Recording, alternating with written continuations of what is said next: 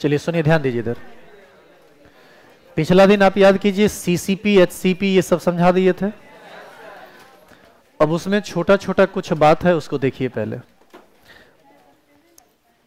Void कितने प्रकार का कल पढ़े थे? 2 प्रकार का। कौन कौन? टेट्राहेड्रल वॉइड और ऑक्टाहेड्रल वॉइड। तो समझ तो गए हैं आप, लेकिन उसका फोटो बना लीजिए ताकि आपको चीजें याद रहे। ठीक है। इसमें एक और बात समझना है जो इंपॉर्टेंट है एग्जाम के लिए, और वो सब संयोग से लिखा हुआ है, आप थोड़ा बोर्ड पर ध्यान दीजिए।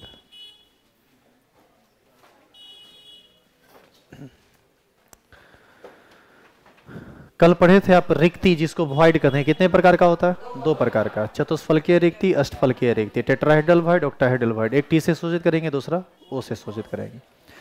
टेट्राहेड्रल वॉइड किसको कहते हैं? 3 बॉल नीचे, उसके ठीक ऊपर एक बॉल, इसी को ना टेट्राहेड्रल वॉइड कहते हैं। और ऑक्टाहेड्रल वॉइड किसको कहते हैं? 3 बॉल नीचे और 3 बॉल अपोजिट डायरेक्शन में ऊपर। ऑक्टाहेड्रल वॉइड आर पार दिखेगा, जबकि टेट्राहेड्रल वॉइड आर पार नहीं दिखेगा, तो ये कहलाता है टेट्रा। ये है ऑक्टाहेड्रल वॉइड, वो है टेट्राहेड्रल वॉइड। सुनो अब इधर, इसमें इंपॉर्टेंट ये नहीं है, ये सब तो आप समझ ही गए हैं।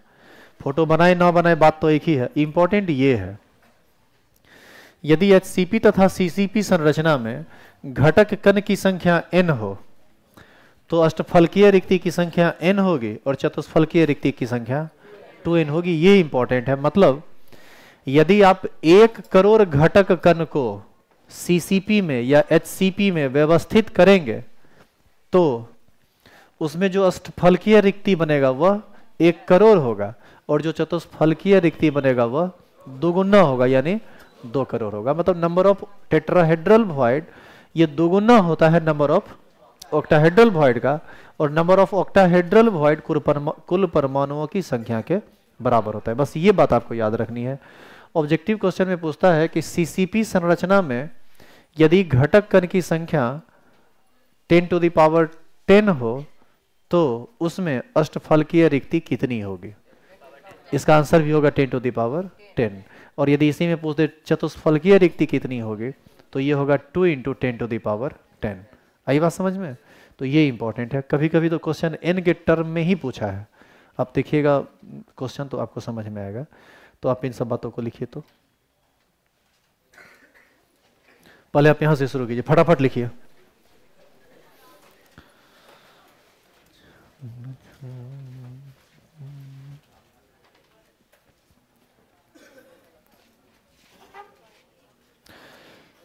यहां पर अलग अलग कलर से दिखाया गया, सेम कलर सेम लेयर को बतला रहा है। जैसे व्हाइट कलर सब नीचे वाला बॉल है और ये जो हरा है वो ऊपर वाला। यहाँ पर हरा वाला जो है वो नीचे में है और लाल वाला जो है वो ऊपर में। यदि पूरा बना देते तो पता ही नहीं चलता कि कैसे, मतलब पूरा बनाया जा सकता था उसको, लेकिन फिर बाद में पता नहीं चलता आपको कि कैसे कैसे बॉल एडजस्ट हुआ है। अब देखो पूरा कैसे बनाया जाएगा, तुम उतारो भी या देखो भी।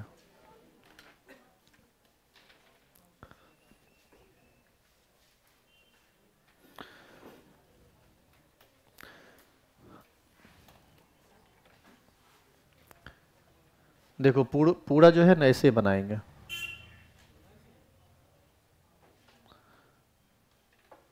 देखो ये 3 बॉल जो है कौन सा लेयर का है?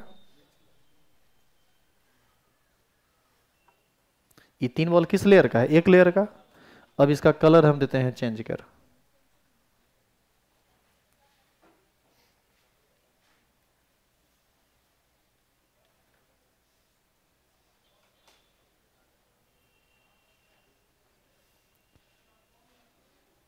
बताओ कुछ ऐसा ही सिचुएशन क्रिएट हो रहा है। ई ज्यादा स्पष्ट आपको नहीं दिख रहा होगा, लेकिन वो ज्यादा स्पष्ट दिख रहा होगा क्योंकि उसमें पूरा का पूरा बॉल अंदर वाला भी दिख रहा है और बाहर वाला भी। इसमें देखो लाल वाला डाले तो अंदर वाला पीला कुछ ढकने लगा ना, तो ये जो वॉइड बनाई ये कहलाएगा ऑक्टाहेड्रल, जो आर पार दिखेगा। और इसी में टेट्राहेड्रल वॉइड बनाए तो कैसा बनेगा? कुछ इस तरह से। और इसी में एक बॉल कहां बीच में डालना पड़ेगा इसे। अब सेम कलर डाल दिए तो ऐसे भी नहीं दिख रहा है। इसमें यदि कलर चेंज कर दें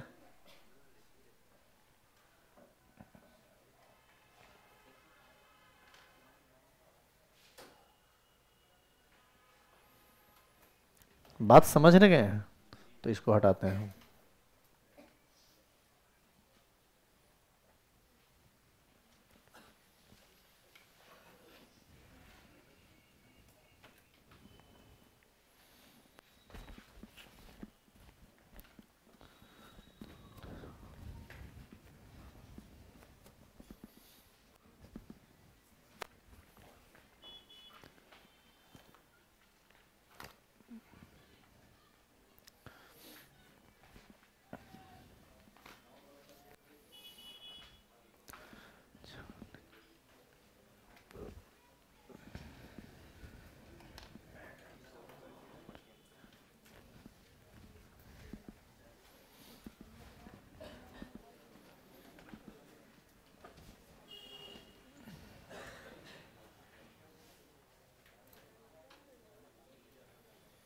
देखो इसमें अष्टफलकीय रिक्ति दिख रहा है बढ़िया से, दिखा? पीला वाला बॉल नीचे है और लाल वाला बॉल ऊपर वाले लेयर का है।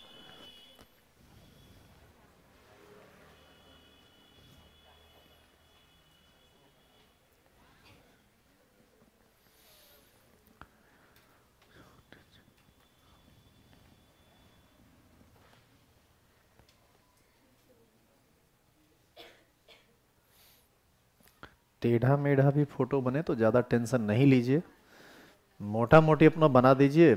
दिमाग में है ना कि कौन टेट्राहेड्रल है कौन ऑक्टाहेड्रल है, हो गया बात खत्म।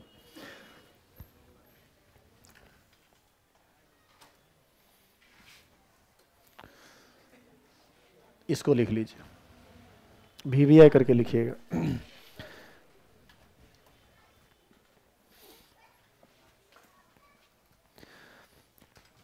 सप्ताह में एक बार कॉपी का रिवीजन जरूर कीजिए, और जो जो VVI लिखा हुआ है उसको और ज़्यादा गौर से। ऐसा करने पर क्या होगा, लास्ट में एग्ज़ाम के टाइम में आपको ज़्यादा दिक्कत नहीं होगी। उस समय तुमको ऐसा नहीं लगेगा कि अलग से कुछ तैयारी करनी है।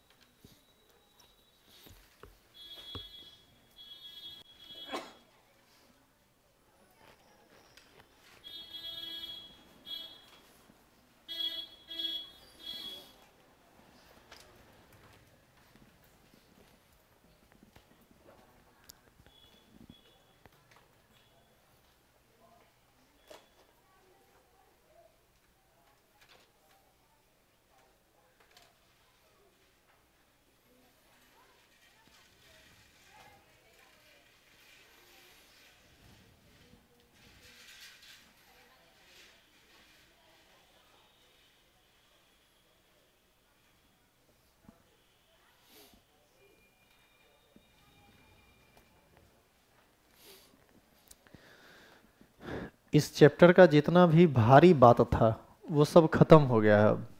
अब जो भी बात है वो सब हल्का हल्का है और ज़्यादा लिखने वाला बात है। जल्दी जल्दी लिख के इसको ख़त्म कर लीजिए। 4 से 5 दिन के अंदर अब ये चैप्टर ख़त्म होगा। दूसरा चैप्टर वहाँ से स्टार्ट होगा। दूसरा चैप्टर जब स्टार्ट हो जाए तो वहाँ से असली केमिस्ट्री स्टार्ट हो जाएगा। अभी जो आप पढ़ रहे हैं यह सच्चाई ये है कि केमिस्ट्री है ही नहीं।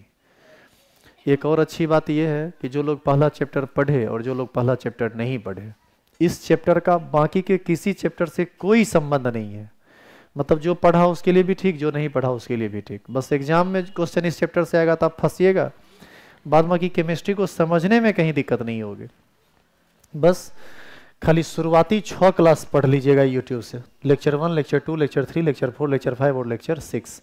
क्या है कि शुरुआती 6 क्लास आप याद कीजिए, 12th का बेसिक न चला था, उसका जरूरत सब चैप्टरे में है।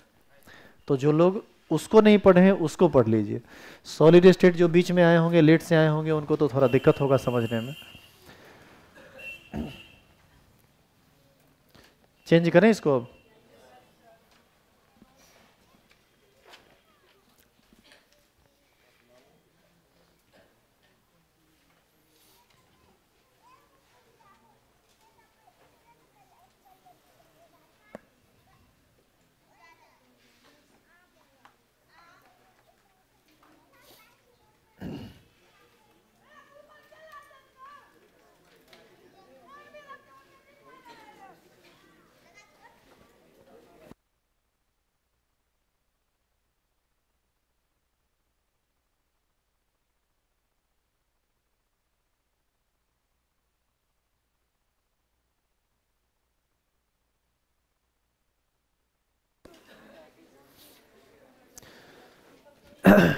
सुनिए इधर, एक क्वेश्चन आ रहा है कि सर ये कैसे होता है, चतुष्फलकीय रिक्ति दुगुना कैसे होता है।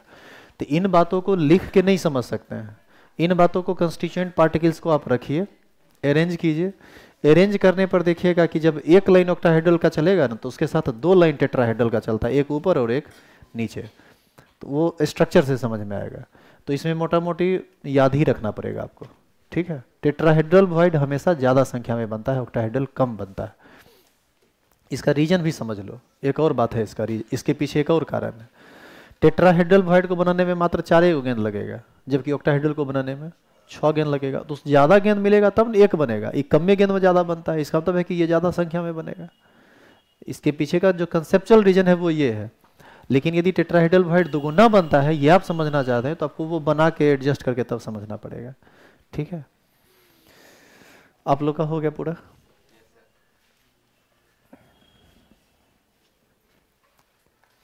चलिए हेडिंग डालिए। तो हेडिंग डालेंगे संकुलन क्षमता।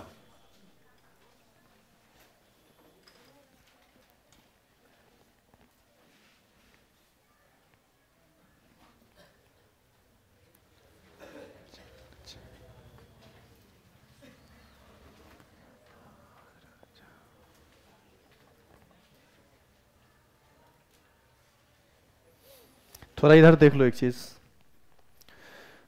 इस व्यवस्था में यदि अवयवी कणों की संख्या n हो तो अष्टफलकीय रिक्ति n और चतुष्फलकीय रिक्ति 2n। ये सब ऑलरेडी लिखा हुआ है और आप लिख चुके हैं ना।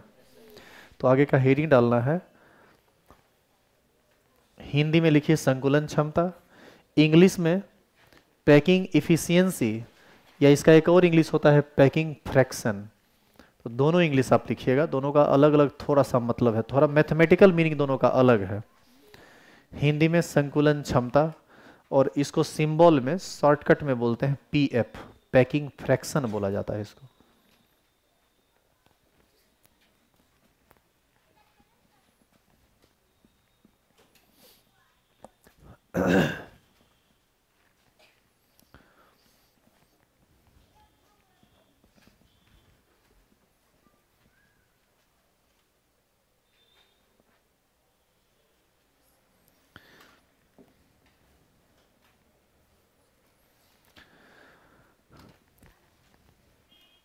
आप हेडिंग डालिए, हेडिंग डाल के ये परिभाषा लिख लीजिए, उसके बाद समझेंगे।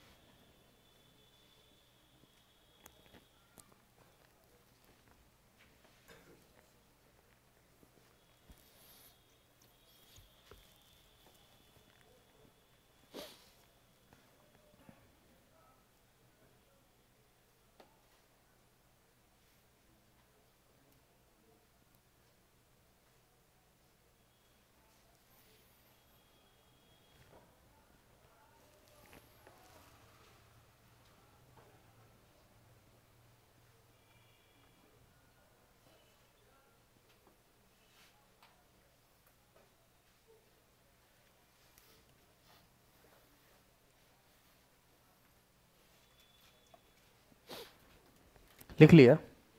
सुनो पहले, अब लिखो भी और सुनो भी।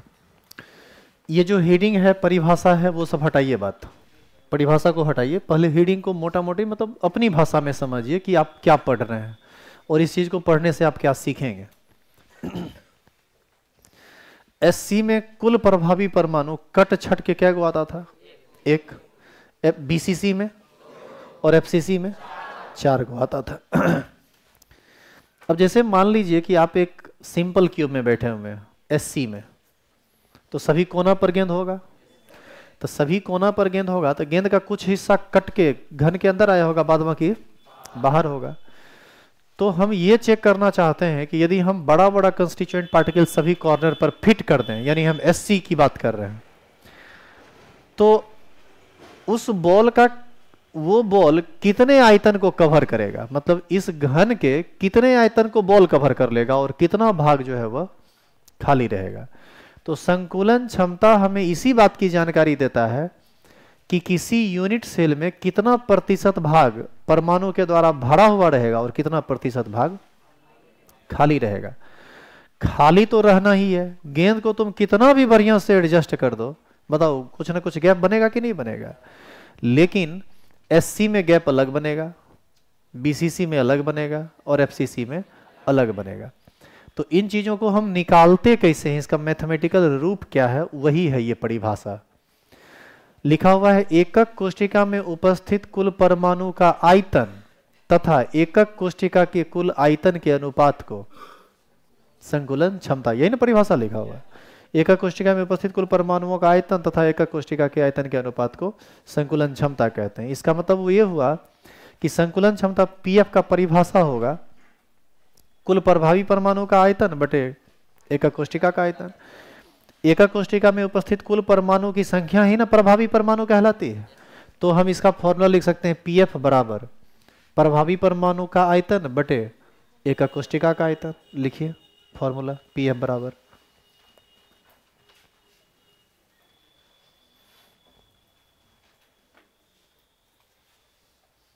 यहां पर लिखा हुआ है फॉर्मूला पीएफ बराबर कुल प्रभावी परमाणुओं का आयतन बटे एकक कोष्ठिका का आयतन। फॉर्मूला लिख के घेरिए।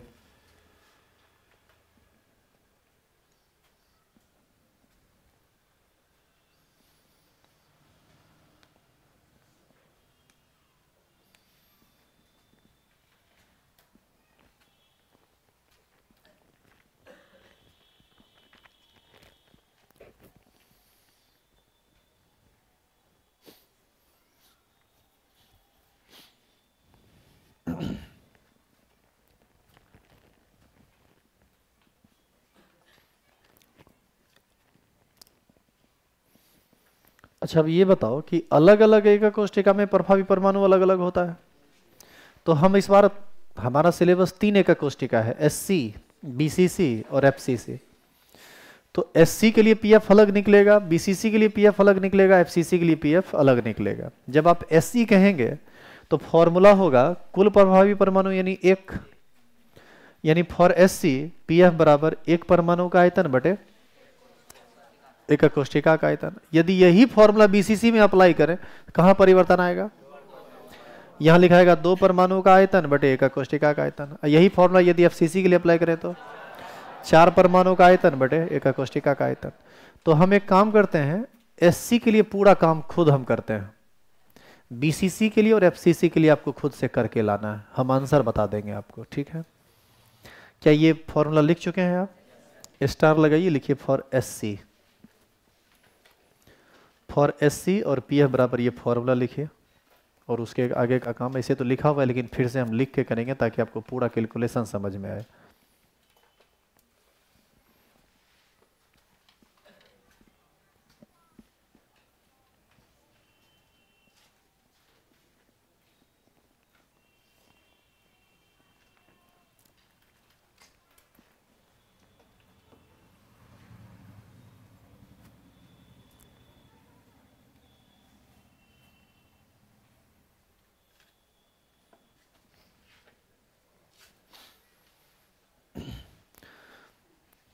ये फॉर्मूला लिख चुके हैं ना आप,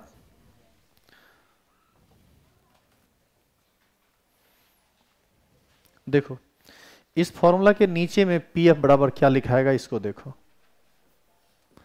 पीएफ बराबर परमाणु का जो आकार होता है, नहीं आकार नहीं, आकृति, वो गोलाकार होता है, स्फेयर होता है, और स्फेयर का आयतन 4/3 पाई आर क्यू होता है। एक परमाणु का आयतन है, यानी सीधे हम लिख देंगे एक परमाणु का आयतन 4/3 पाई आर क्यू बटा ए क्यू। घन का आयतन, एकक कोष्ठिका यानी घन, घन का आयतन क्या बताया गया था, ए क्यू। तो बताइए उस बात को लिखने में कोई समस्या है, लिख दीजिए आप भी, लिखते चलिए साथ साथ। अच्छा ये बताओ फॉर एससी आर बराबर क्या होता है, a/2। क्या ये पढ़े थे तुम, एससी के लिए आर का फॉर्मूला होता है a/2। तो आर के जगह पर हम चाहें तो a/2 रख सकते हैं।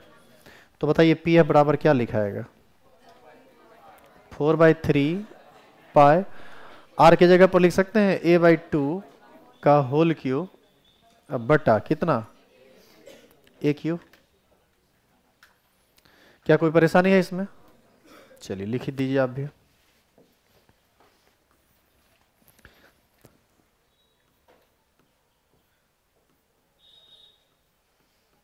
पी एफ बराबर 4/3 पाई का मान 22/7, 22/7, तो 22/7 लिख देते हैं। a/2 का होल क्यू का मतलब a Guna a Guna A Q, और नीचे 2 गुना 2 2 गुना 2 8, यानी क्या हो जाएगा? ए क्यू बटा 8 अब बटे ए क्यू। कुछ कटेगा बाबू? बताओ क्या कटेगा? ए क्यू से ए क्यू कटेगा। 4 दूना 11 दूना 22। इसका मतलब पी एफ बराबर क्या बचेगा? 11/21। और जब आप इसको भाग दोगे ना तो ये आ जाएगा 0.52। पैकिंग फ्रैक्शन आ गया 0.52। देखो इसका क्या मतलब है ये समझो। फ्रैक्शन का मतलब होता है एक में कितना, और परसेंट का मतलब होता है 100 में कितना। जैसे तुमको 65% नंबर आया, इसका यही मतलब हुआ ना कि 100 का एग्जाम हुआ तुमको 65 आया। अब पैकिंग फ्रैक्शन यदि 0.65 है, इसका मतलब एक नंबर का एग्जाम हुआ तो उस एक में तुमको कितना आया? 0.65 या 0. ठीक है, एग्जाम की हम बात कर रहे थे, इसका इस डाटा को अभी छू नहीं रहे हैं। तो फ्रैक्शन का मतलब होता है एक में कितना, और परसेंटेज का मतलब होता है 100 में कितना। अच्छा, फ्रैक्शन को यदि परसेंट में बदलना हो तो 100 से गुना कर दो, एक में इतना तो 100 में कितना। तो यदि आपसे पूछे कि पैकिंग परसेंट कितना, तो बताइए आंसर क्या होगा? 0.52 को 100 से गुना कर देंगे, यानी 0.52 गुना 100। इसका मतलब कितना? तुम इस बात से भले समझो या ना समझो, इस बात से तुम समझ लोगे जो कहना चाह रहे हैं। इसका मतलब है कि एक एकक कोष्ठिका एससी के कुल भाग का 52% भाग परमाणु से घिरा हुआ होता है, परमाणु से भरा हुआ होता है। तो आप ही बताइए कि अंदर में खाली भाग कितना होगा? 48%। 100 में 52 को घटा देंगे, तो इस स्थिति में हम यदि वॉइड परसेंट कहें तो ये कितना हो जाएगा? 48। 100 माइनस 0, 100 माइनस 52 बराबर 48%। इसी में तुमको कहता कि वॉइड फ्रैक्शन कितना होगा, तब ये होता 0.48, नहीं होता। लिखिए इसको। अब देखो इस कैलकुलेशन को करने से ही ना पता चला कि एससी के एक एकक कोष्ठिका में 52% भाग परमाणु से भरा हुआ रहेगा, 48% भाग खाली रहेगा। इसका तो यही मतलब हुआ कि लगभग आधा आधी, आधा भरा हुआ और आधा खाली। लेकिन छेकाया हुआ टोटल रहता है, चूंकि गेंद का एडजस्ट उस तरह से होगा कि कुछ ना कुछ खाली जगह रहेगा ही रहेगा। तो उसी खाली जगह को निकाल रहे हैं, उसी भरे हुए जगह को निकाल रहे हैं।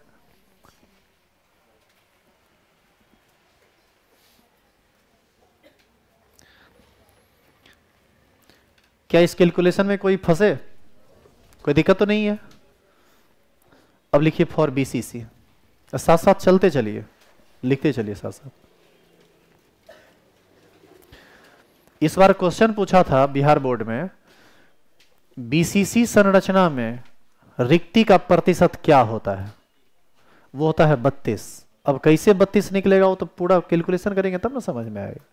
तो देखिए निकाल के।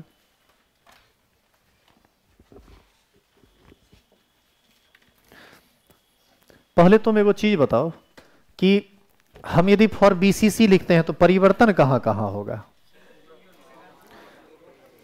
लिखो साथ साथ लिखो, तो फॉर बीसीसी सबसे पहले तो फॉर्मूला में थोड़ा सा परिवर्तन होगा। क्या फॉर्मूला बनेगा बताओ? दो परमाणु का आयतन, क्या रे होगा कि नहीं? दो परमाणु का आयतन बटे एकक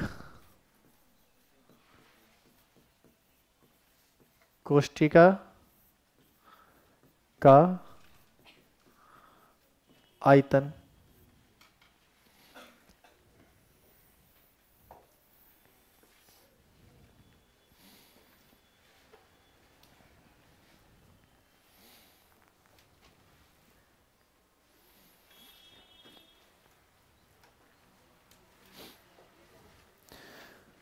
तो दो परमाणु का आयतन, एक परमाणु का आयतन 4/3 पाई आर क्यू, तो दो परमाणु का आयतन 2 गुना 4/3 पाई आर क्यू। अब बटा ए क्यू तो सेम रह जाएगा, लेकिन परिवर्तन यहां होगा। एस सी तो यहां लिखेंगे for B C C. Formula क्या होता है? √3a/4। चलो पहुंचो यहां तक।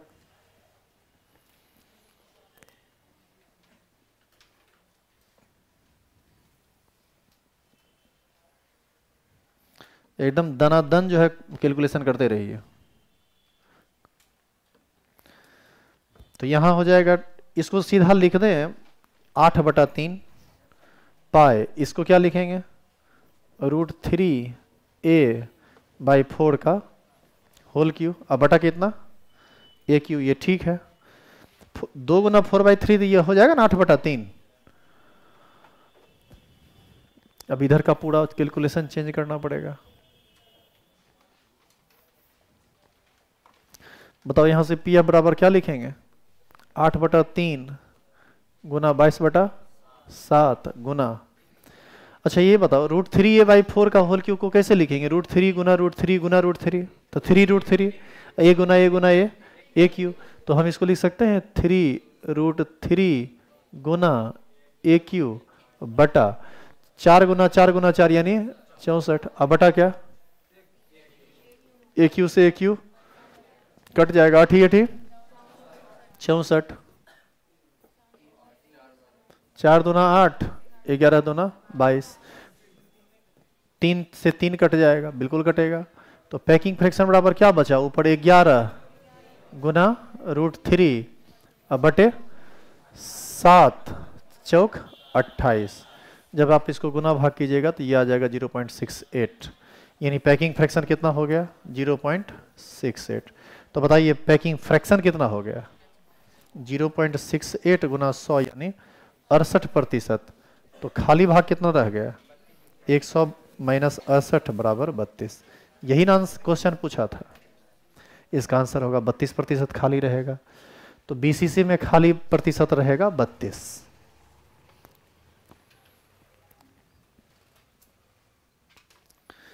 एक 11 गुना √3/8, इसको कर रहे हैं सब लोग, सीख रहे हैं। 28 √3 का मान 1.732 होता है ना शायद, तो 11 गुना 1.732 बटा 28 गुना करके भाग दीजिए, आंसर निकालिए, देखिए यही आएगा। तो क्या यही काम आप एफसीसी के लिए अब कर सकते हैं? कीजिए तो।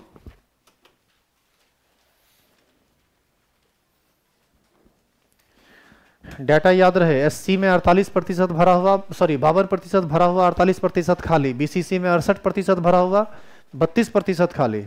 एफसीसी में निकालिए 74% भरा हुआ मिलेगा और 26% खाली मिलेगा।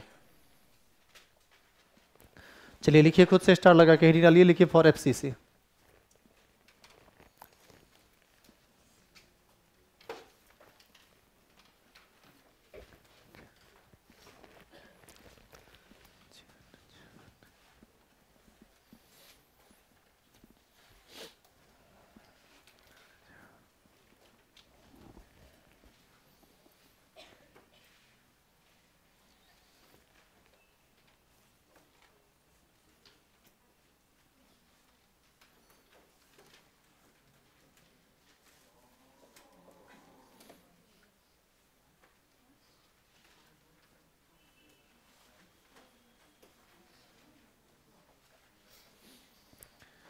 एफसीसी के लिए आर का फॉर्मूला क्या होता है? a/2√2।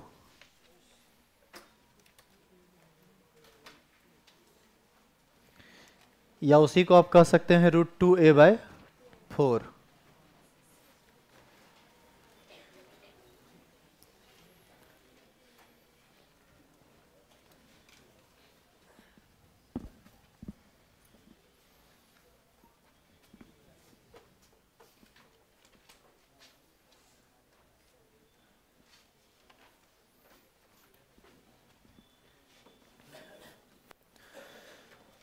तो हम अब चेंज कर रहे हैं, जो लोग नहीं बना पाए देख के बनाइए।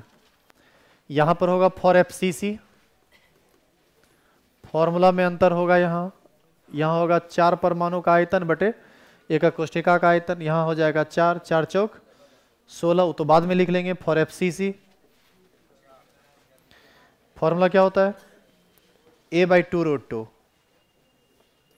या कोई लिखा है √2a/4 तो भी यही बात हुआ, एक ही बात है। कैलकुलेशन करोगे ना गुना भाग तो सेम आ जाएगा। क्या रे यहां तक में कोई दिक्कत है? 4 चौक 16/3। आगे का कैलकुलेशन हो जाएगा 16/3 पाए, इसके जगह पर हम लोग रखेंगे कितना, a/2√2 का होल क्यू अब बट्टा a क्यू। बताइए इस कैलकुलेशन को कैसे करना है?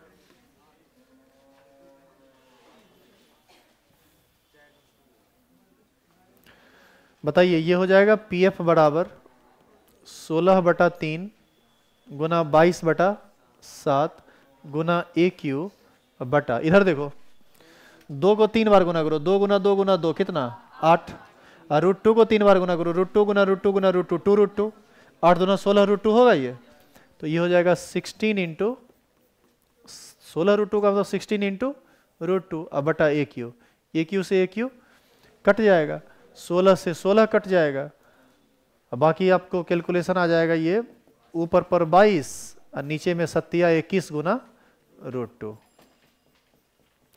अब इसका मान रखेंगे, आ जाएगा 0.74। इसका मतलब पैकिंग फ्रैक्शन कितना 0.74, भरा हुआ प्रतिशत कितना 74%, तो खाली प्रतिशत कितना, ये हो जाएगा 26।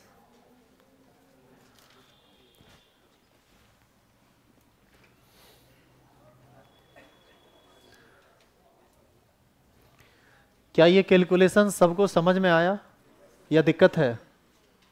दिक्कत नहीं है ना कैलकुलेशन में? √2 का मान बैठा के गुना करके भाग देना, यही आ जाएगा। हमको चूंकि याद है ये मान, चूंकि बहुत दिन से हम पढ़ा रहे हैं, तुम जाके घर पर करके देख लेना कि आता है कि नहीं, मोबाइल से ही कैलकुलेट कर लेना।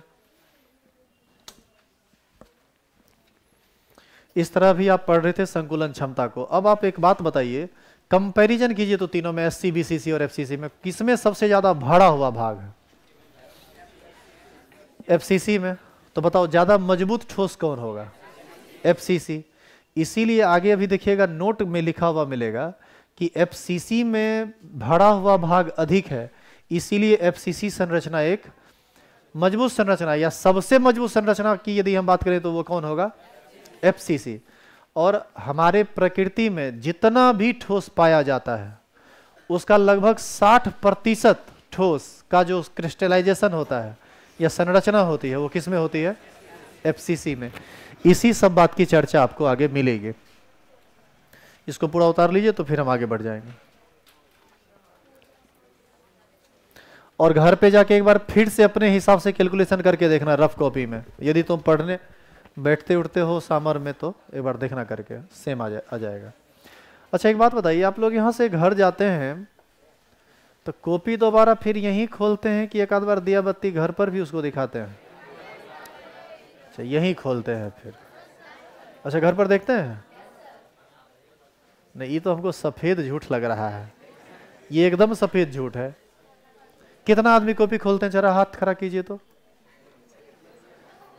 हाथ खड़ा करने बोले तो एना हाथ खड़ा किए हैं, एना दूसरे देखो ना, इधर इधर ऐसे हाथ खड़ा करने का मतलब होता है कि मन करता है खोलने का, फिर नहीं खोलता। सभी लोग एक बार पढ़ के आया कीजिए। सुनो इधर, केमिस्ट्री जो पढ़ाई है ना, ये घर पर तुम मतलब ज्यादा हम लोगों को नहीं प्रेशर देंगे कि घर पर पढ़ो।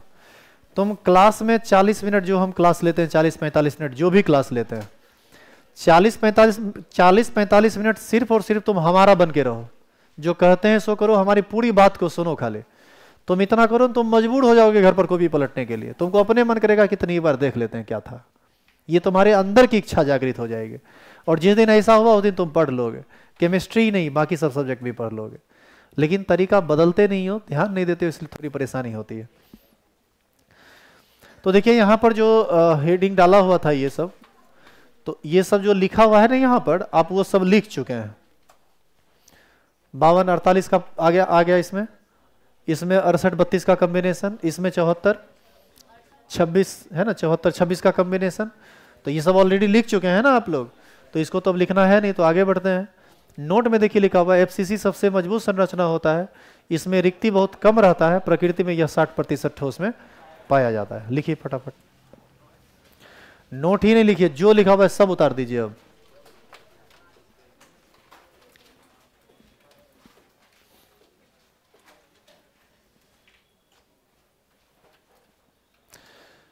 जो लिखा हुआ है, जैसे लिखा हुआ है सब उतार दीजिए। अब मतलब आगे का टॉपिक भी उतारिए, एकदम छटपटा के उतारिए, तेजी में। क्लास में शरीर को स्थिर रखिए, माथा को चंचल रखिए, माथा एकदम दौड़ते हुए रहना चाहिए, वो वाला पोटेंशियल लाइए। हम लोग को तुम ऑफिस में बैठा हुआ देखता होगा, तुमको लगता होगा कि कितना शांति से बैठे हुए, लगता होगा ना। दिमाग 180 की रफ्तार से तेज गति से चलते रहता है। बस यही है कि लोग दिमागी रफ्तार को पकड़ नहीं पाता है, शारीरिक रफ्तार को लोग पकड़ लेता है। वो दौड़ रहा है, वो बैठल है, वो सुतल है, यही तो सब दिमाग का खेल है। दिमाग की रफ्तार को बढ़ाइए, शरीर को स्थिर कीजिए, दिमाग की रफ्तार को बढ़ाइए, सफल बन जाइएगा। और शरीर को तेज बनाएगा, दिमाग को स्थूल बनाएगा तो मजदूर बन जाइएगा। सही कह रहे हैं।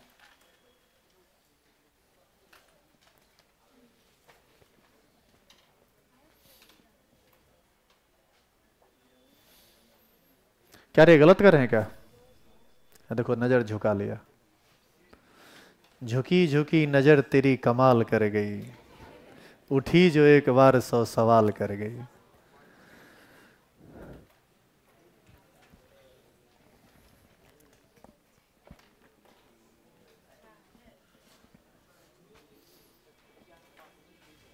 क्या हुआ?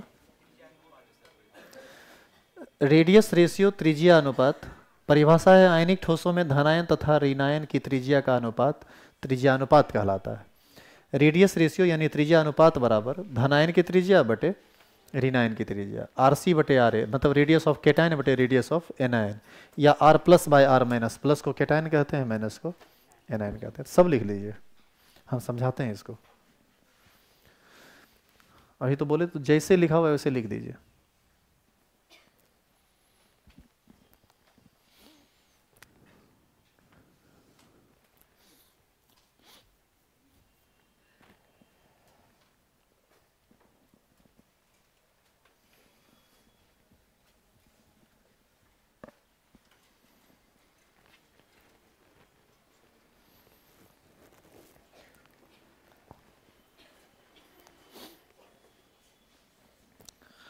आयनिक बंधन का निर्माण दो परमाणुओं के बीच होता है, जिसमें एक होता है धनायन और दूसरा होता है ऋणायन। दोनों अलग अलग तरह के परमाणु होते हैं। जैसे सोडियम क्लोराइड में एक होता है Na+ और एक होता है Cl-। तो आयनिक बंधन जिस ठोस में बना है उसको हम लोग आयनिक ठोस कहते हैं। आयनिक ठोस में दो चीज होगा ही होगा, एक होगा धनायन और दूसरा होगा ऋणायन। धनायन की त्रिज्या निकाल लीजिए, ऋणायन की त्रिज्या निकाल लीजिए, धनायन की त्रिज्या से ऋणायन की त्रिज्या को भाग दे दीजिए, जो आएगा वही क्या कहलाता है? रेडियस रेशियो त्रिज्या का अनुपात। इसीलिए लिखा हुआ है आयनिक ठोस में धनायन तथा ऋणायन की त्रिज्या का अनुपात ही क्या कहलाता है? त्रिज्या अनुपात। त्रिज्या अनुपात का फॉर्मूला हो गया रेडियस ऑफ केटायन बटे रेडियस ऑफ एनायन। केटायन को C से और एनायन को E से इंडिकेट करते हैं, इसलिए RC बटा RA या R+ बटा R माइनस। धनायन का मतलब, केटायन का मतलब पॉजिटिव चार्ज वाला आयन और एनायन का मतलब निगेटिव चार्ज वाला आयन। अच्छा, ये इंग्लिश में लिखा हुआ था इसलिए आप कंफ्यूज हो रहे थे क्या? इतना नहीं समझेंगे क्या आप? इसमें हिंदी में लिखेंगे तो धनायन की त्रिज्या बटे ऋणायन की त्रिज्या, ये लिखा है। मतलब त्रिज्या अनुपात बराबर धनायन की त्रिज्या बटे ऋणायन की त्रिज्या, बस इतने लिखा है। आप हिंदी में लिखना चाहते हैं तो हिंदी में ही लिख लीजिए, त्रिज्या अनुपात बराबर धनायन की त्रिज्या बटे ऋणायन की त्रिज्या, इतना ही लिख के घेर दीजिए। वो सब लिखने का जरूरत भी नहीं है। इंग्लिश में समझ सकते तो इंग्लिश में लिख लीजिए। और साइंस का स्टूडेंट इतना नहीं समझेगा रे, अब इतना भी नहीं समझते हैं, तब अब हम लोग कुछ बोलने के लायक ही नहीं है ना, आपको सुनने के लायक।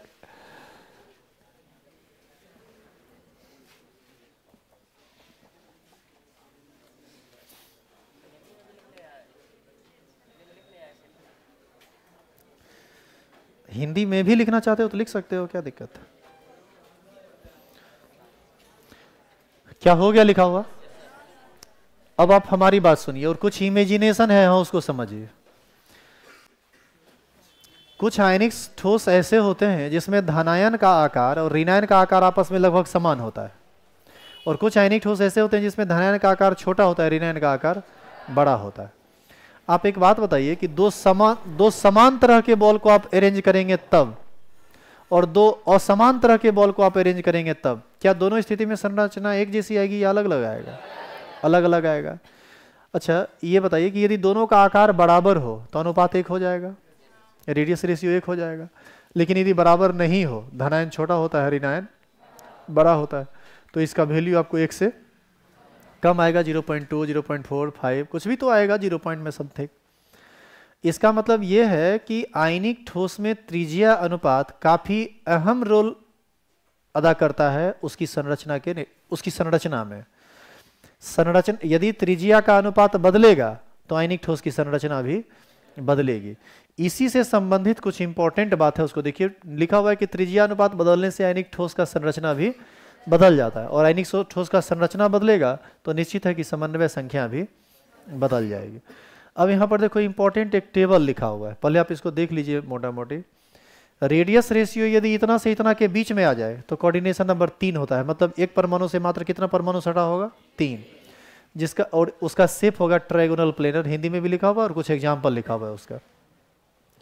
इतना से इतना आएगा तो कोऑर्डिनेशन नंबर 4, इतना से इतना आएगा तो कोऑर्डिनेशन नंबर 6, इतना से इतना आएगा तो कोऑर्डिनेशन नंबर 8। सबका देखो कोऑर्डिनेशन नंबर लिखा हुआ है 3, 4, 6, 8। शेप लिखा हुआ है trigonal planar, tetrahedral, octahedral, cubic, और सबका एग्जाम्पल लिखा हुआ है। ये जो टेबल है ना, ये पूर्ण रूप से प्रैक्टिकल है, प्रैक्टिकल टेबल है कि इतना से इतना आया तो क्या गो सटा देखा गया, लिख दिया गया। इतना से इतना आया तब किस रेंज में आया, क्या गो कोऑर्डिनेशन नंबर, मतलब कितना एक परमाणु कितना परमाणु से सटा देखा गया, उसको लिख दिया गया। तो ये टेबल जनरली याद करना पड़ता है। अब इस पर क्वेश्चन कैसे देगा वो देखो। क्वेश्चन है कि Na+ तथा Cl- की त्रिज्या 95 तथा 181 पिकोमीटर है, तो बताइए कि सोडियम का कोऑर्डिनेशन नंबर NaCl क्रिस्टल में कितना होगा और क्रिस्टल की आकृति क्या होगी? बताइए इस क्वेश्चन को कैसे बनाएंगे। दोनों का त्रिज्या दिया हुआ है तो त्रिज्या अनुपात निकाल लीजिए। कैसे निकलेगा? 95/181। मान लो तुम्हारा आंसर आया 0.5 आ गया मान लो, तो बताओ तो इसका संरचना कैसा होगा। यदि 0.5 आया तो तुम चेक करो कि ये किसके बीच में फंस रहा है। 0.5 0.4 से ज्यादा होगा, 0.4 से ज्यादा, 0.7 से कम, यानी इसी बीच में फंसेगा। इसका मतलब है उसका कोऑर्डिनेशन नंबर 6 और शेप कैसा होगा? ऑक्टाहेड्रल। आंसर में लिखा हुआ है कोऑर्डिनेशन नंबर 6 शेप ऑक्टाहेड्रल, क्योंकि जब आप इसको भाग दीजिएगा तो 0.52 समथिंग आता है, वो हमको याद है इसलिए हम आपको बोल दिए। समझ में आया कि रेडियस रेशियो क्या है? इससे ज्यादा इसका कोई काम नहीं है। और यहां से आगे का जो टॉपिक है, यहां से एक दूसरा पार्ट स्टार्ट हो जाता है जिसमें लिखा हुआ है ठोस में अपूर्णताएं। ये सब तुरंत तुरंत खत्म हो जाएगा, ज्यादा लफड़ा नहीं है। आप इसको लिखिए तो त्रिज्या अनुपात बदलने से आयनिक ठोस की संरचना बदल जाती है।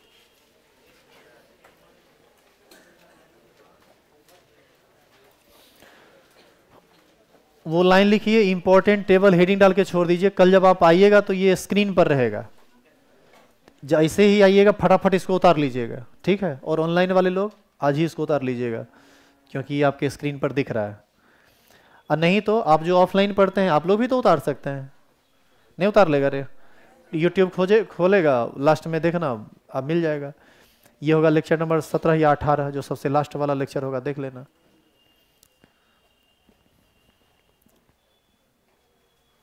अब लेक्चर नंबर कितना है वो एग्जैक्टली नहीं पता, देख लेना। उसमें ब्लैक कलर का शर्ट, ई कलर का वो जैकेट पहने हुए हैं, हाथ का बाह मोड़े हुए हैं, घड़ी लगाए हुए हैं, टोपी भी ब्लैक कलर का है। हाँ, हम लोग भी कलर कॉम्बिनेशन का पूरा ध्यान रखते हैं।